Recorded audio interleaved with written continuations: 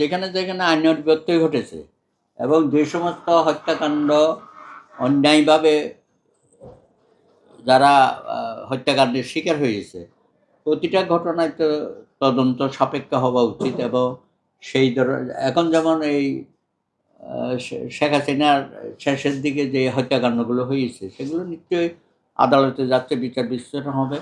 একইভাবে যে সমস্ত আইনশৃঙ্খলা বাহিনীও হত্যাকাণ্ডের শিকার হয়েছে সেখানেও যদি কোনো অপরাধমূলক বিষয়গুলো চলে আসে, আমার মনে হয় সবটারই বিচার হোক। কোনো হত্যাকাণ্ডই আমরা গ্রহণ করতে পারি না। এটা একটা সভ্য সমাজে বিনা বিচারে কাউকে হত্যাকাণ্ডের শিকার হওয়া, সেটা শিশু হোক, সাধারণ নাগরিক হোক, আইনশৃঙ্খলা বাহিনীর লোক হোক, প্রত্যেকেরই বিচার আমরা চাই এইসব হত্যাকাণ্ডে। দায়মুক্তি তো ওইভাবে দেওয়া যায় না।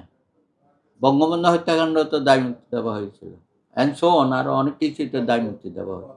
আলটিমেটলি তো এইসব দায়মুক্তি থাকে না। আশা করি ভবিষ্যতে এটা নিয়ে হয়তো উচ্চ আদালতে যখন চ্যালেঞ্জ হবে তখন আমরা এটা বিবেচনা করব।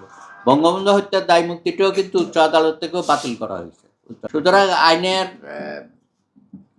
ন্যায় বিচার পাওয়ার অধিকার তো সবারই আছে। দায়মুক্তি দিয়ে কোনো অন্যায় অবিচারকে থামিয়ে রাখা যায় না।